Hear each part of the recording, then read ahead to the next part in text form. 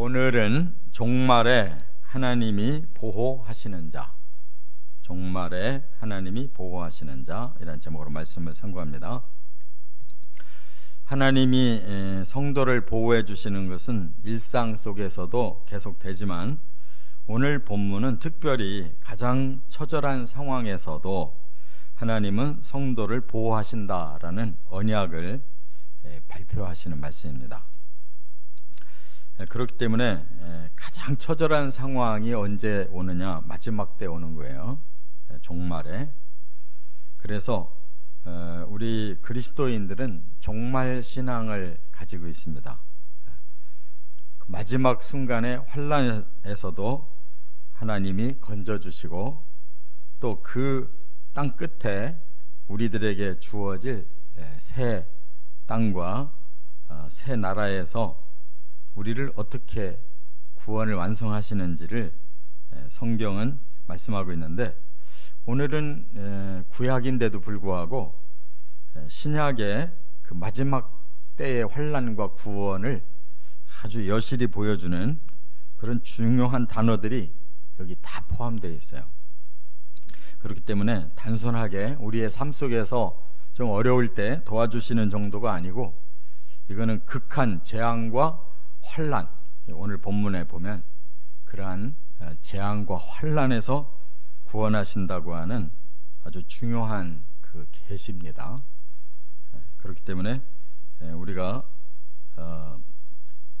하나님의 보호해 주시는 원리 세 가지로 상고합니다. 첫째, 1절과 2절 그리고 14절과 15절에 보면 왜 보호하시는가 하는 이유를 여기서 밝히셨어요.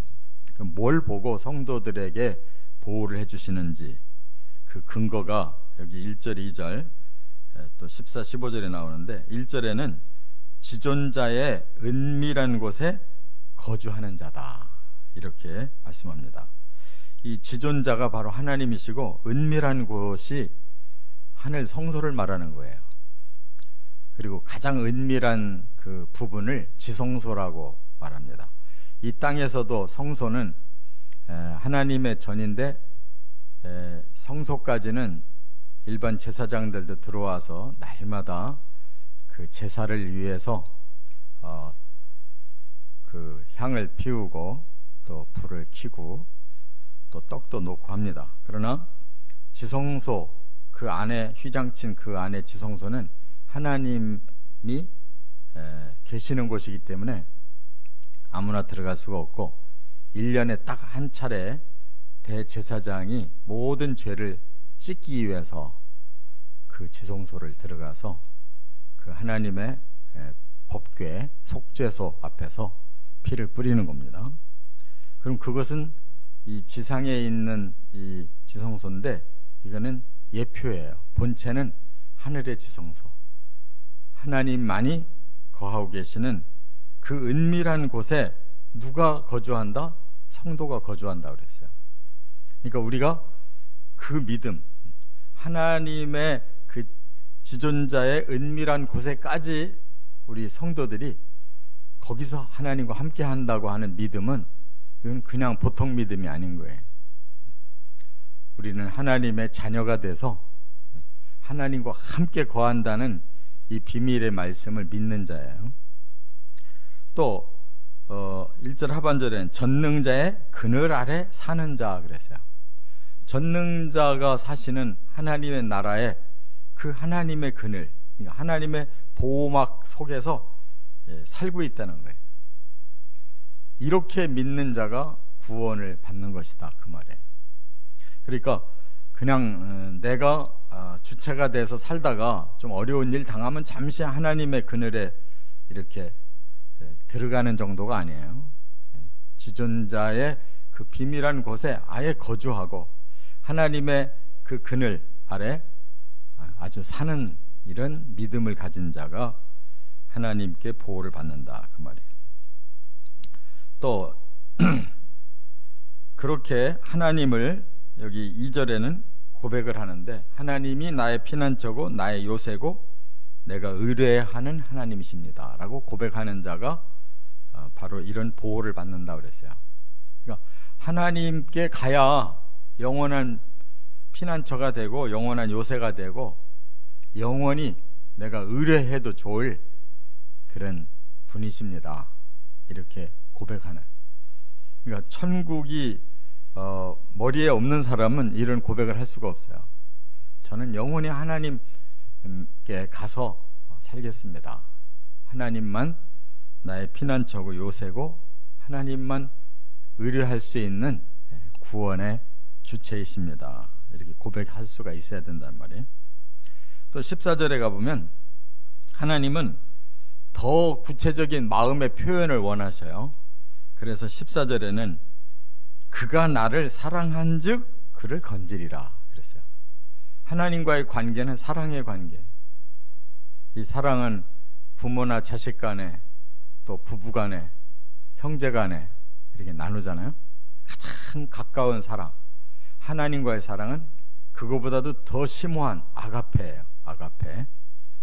그러면 그 사랑으로 건져주신다는 거예요. 또 그가 내 이름을 안즉 내가 그를 높이리라. 하나님의 이름을 안다는 것은 하나님을 제대로 다 안다는 뜻이에요. 하나님을 전폭으로 믿는다는 뜻이에요. 그러니까 사랑하고 믿고 그 다음에 그가 내게 간구하리니 내가 그에게 응답하리라. 간구한다는 것은 하늘에 계신 하나님을 향해 소망하는 거예요. 저를 구원시켜 주셔서 그 나라에 불러주십시오. 사랑, 믿음, 소망을 가진 자에게 하나님은 응답하셔서 보호해 주시는데 어느 정도냐? 환난 당할 때 내가 그와 함께하여 그를 건지고 그 다음에는 건질 뿐만 아니라 영화롭게. 영화라는 말은 천국에서 쓸 수 있는 단어인 거예요. 이 땅은 영화로운 곳이 없어요. 바로 우리가 끝까지 천국 갈 수 있는 그 신앙이 뭐냐? 하나님 사랑하고 하나님을 믿고 하나님께 소망을 둬야 그 천국에까지 건져주시고 그 나라에서 영화를 주신다. 이렇게 말씀했어요. 이게 바로 신실한 성도에게 주신 언약입니다. 두 번째, 3절부터 10절까지는 무엇으로부터 보호하는가? 우리를 해치려고 하는 자가 누구며 그 악행이 뭐냐를 여기서 밝히 보여주셨어요. 여기 이제 비유법을 쓰셨는데 3절에는 새 사냥꾼의 올무와 심한 전염병에서 건지신다 그랬어요. 사냥꾼 중에 새를 잡는 사냥꾼은 올무를 걸어서 올무에 속아가지고 들어오면은 탁 덮치는 거예요. 그러니까 사탄이 바로 이런 자예요.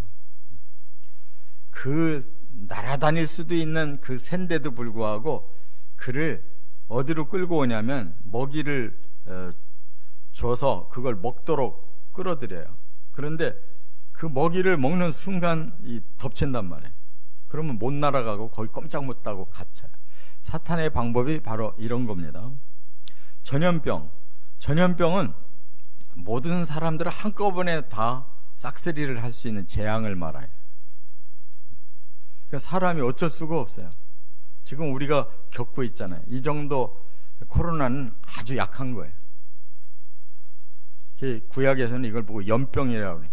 예전에 번역서에는 연병이라고 하는데, 연병은 하나님이 그냥 사람을 그냥 한꺼번에 다 죽일 수 있는 그런 형벌을 말해요. 우리가 이렇게 사탄에게 속아서 그 죄에 들어가면 그 다음에는 이런 무서운 형벌이 오는 거예요. 그 형벌에서도 건져내신대요. 또 4절에 보면 그 하나님이 깃으로 덮고 날개 아래 피하게 하신다. 이 말은 이 독수리와 같이 이렇게 강한 새는 그 깃을 가지고 자기 새끼를 덮고 그 날개 아래에서 새끼를 보호해서 그 험난한 그런 속에서도 자기 새끼를 능히 보호해요. 그와 같이 하나님은 언약 주신 자는 틀림없이 보호하신다. 왜? 여기 보니까 그의 진실함은 방패와 손방패가 되시기 때문이다. 그래서 하나님은 언약 주시면 그걸 반드시 이행하시는 진실한 분이래요. 그렇기 때문에 아무리 악한 사탄과 또 아무리 큰 범죄의 형벌이라 할지라도 하나님의 언약을 믿으면 그 진실하심이 우리를 덮어주고 그 날개 아래 피해주고 반드시 우리에게 방패가 되어주신다. 5절에 보면 밤에 찾아오는 공포와 낮에 날아드는 화살, 어두울 때 6절에 어두울 때 퍼지는 전염병과 밝을 때 닥쳐오는 재앙, 이거 두려워하지 않는다 그랬어요. 그러니까 밤이고 낮이고 어떤 극한 상황이든 하나님은 그거에 연연하지 않고 우리를 보호하기 때문에 두려워할 필요가 없다. 그러니까 하나님은 공포 속에서도 또 전쟁 속에서도 또 전염병 속에서도 또 이 천지의 재앙 속에서도 다 건져내신다는 거예요. 할렐루야. 종말은 이런 것이 한꺼번에 닥칠 겁니다.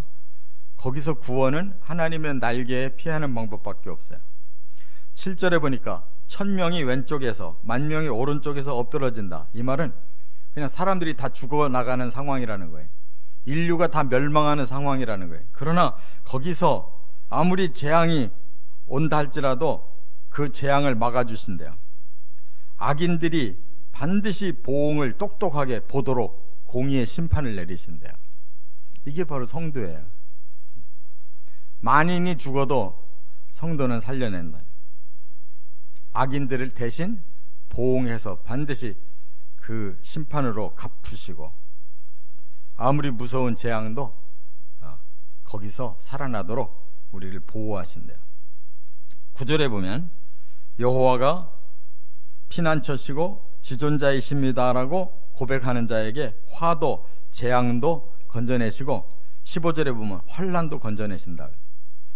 이런 단어들이 전부 계시록에 나오는 단어입니다. 이걸 볼 줄 알아야 돼요. 그러면 그 계시록에서 우리를 어떻게 구원하신다고 그랬어요? 바로 하나님의 인을 쳐서 성도들을 보호하셔서 유대인은 14만 4천이고 그 7장 그 앞부분은 유대인을 말하고 14만 4천, 그 뒤에는 수를 셀 수 없이 많은 사람이라고 했어요. 우리 모든 성도들을 말하는 거예요. 하나님이 그 환난 속에서 인을 쳐서 그를 보호하신다, 이렇게 말씀한 그대로입니다. 자, 그거를 이제 구체적으로 여기 세 번째 11절부터 13절 그리고 16절에 보면 어떻게 보호하시는가, 어떻게 구원을 하시고 완성시키는가를 여기서 말씀했어요. 11절에 그가 너를 위하여 그의 천사들을 명령하사 네 모든 길에서 너를 지키게 하시리라. 이것이 계시록 7장에 보면 하나님이 천사를 명령합니다. 그러면 그 천사들이 내려와서 땅 사방을 지키던 그 천사들에게 다시 명령해요. 하나님이 인치시는 자를 다 보호해라. 근데 그들이 사실은 육체를 인치는 게 아닙니다. 영혼을 인치는 거예요. 그래서 끝까지 그 믿음을 지키게 함으로 구원을 받도록 하는 거예요. 그래서 그들을 다시 살리시는 거예요. 이것이 하나님의 마지막 구원 작전이에요. 12절에 보면 그들의 손으로 너를 붙들어 발이 돌에 부딪히지 아니하도록 하신다 그랬어요. 이 발이 돌에 부딪힌다는 말은 그냥 내 꽂아가지고 그냥 이 돌멩이에 집어 던져서 산산조각 날 수밖에 없는 상황에서 천사가 그를 붙들어서 그 돌에 발이 닿지 않도록 하신다. 그러니까 그를 완전히 구원하시겠다, 이런 말씀인데 이걸 사탄이 인용했잖아요. 마태복음 4장에 예수님 보고 너 성전 꼭대기 올라가서 한번 떨어져 내려봐. 성경에 이렇게 예언해 놓은 너의 그 예언이 있으니까 네가 그리스도라는 걸 증명해라. 하나님 시험하지 마라, 그렇게 예수님이 대응하신 것은 예수님 자신이 그렇게 하려고 하시는 게 아니고 예수님을 믿는 성도를 그렇게 보호하시려고 주신 언약이기 때문에 예수님 거기에 대응하지 않으셨어요. 13절에 보면 사자가 독사를 밟으며 젊은 사자가 뱀을 발로 누르리로다. 이 성경에는 이 무서운 사자를 바로 사탄으로 표현하고 있어요. 또 독사와 뱀을 사탄으로 표현하고 있어요. 이것도 계시록에 가면 그대로 나와요. 그래서 이 여기 뱀이라고 하는 이 단어가 탄인이에요. 히브리 원어로 탄인. 근데 이게 용이라는 단어로도 번역되는 단어예요. 그래서 계시록에 가보면 바로 계시록 12장에 이 내용이 나와요. 그래서 9절에도 20장 2절에도 10절에도 결국 용인 옛뱀 마귀 사탄은 결국 하나님이 불못에 집어던져 멸망시키신다 하는 말씀이 나오고 있어요. 이 시작은 창세기 3장 15절에 메시아가 사탄의 머리를 밟을 것이다. 오늘 본문에 지금 밟는다고 그랬잖아요. 이게 이사야 27장에도 이렇게 메시아가 오셔서 그 용을 밟을 것이다 라고 예언해 놨어요. 이사야 27장 1절에도 창세기에도 이사야서에도 시편에도 예언된 거 계시록에서 그대로 이루시는 거예요. 할렐루야. 이렇게 성도를 보호하시겠다는 거예요. 사탄의 손에서 성도를 보호하시겠다. 그리고 결과는 뭐냐? 16절에 보면 내가 그를 장수하게 함으로 그를 만족하게 하며 나의 구원을 그에게 보이리라 그랬어요. 여기 장수라는 말은 오래 사는 걸 말해요. 천년왕국이 되면 100살이 돼서 죽으면 그거는 오히려 그에게 부끄러운 일이라고 그랬어요. 1000년을 산다고 그랬어요.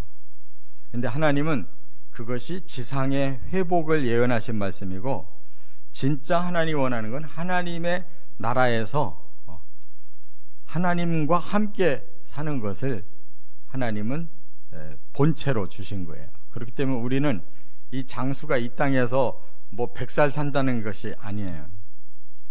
적어도 이 땅의 사람의 수명은 1000살이야 맞는 거고, 그 다음에 영원한 하나님의 나라의 수명은 영생이 맞는 거예요.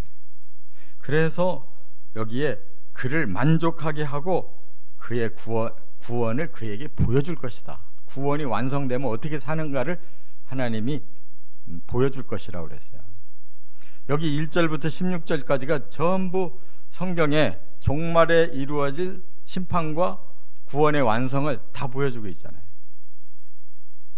우리가 하나님의 그 진실하신 언약을 이렇게 제대로 알고 제대로 믿고 제대로 소망하면 그것이 그들에게 주어지는 복이에요.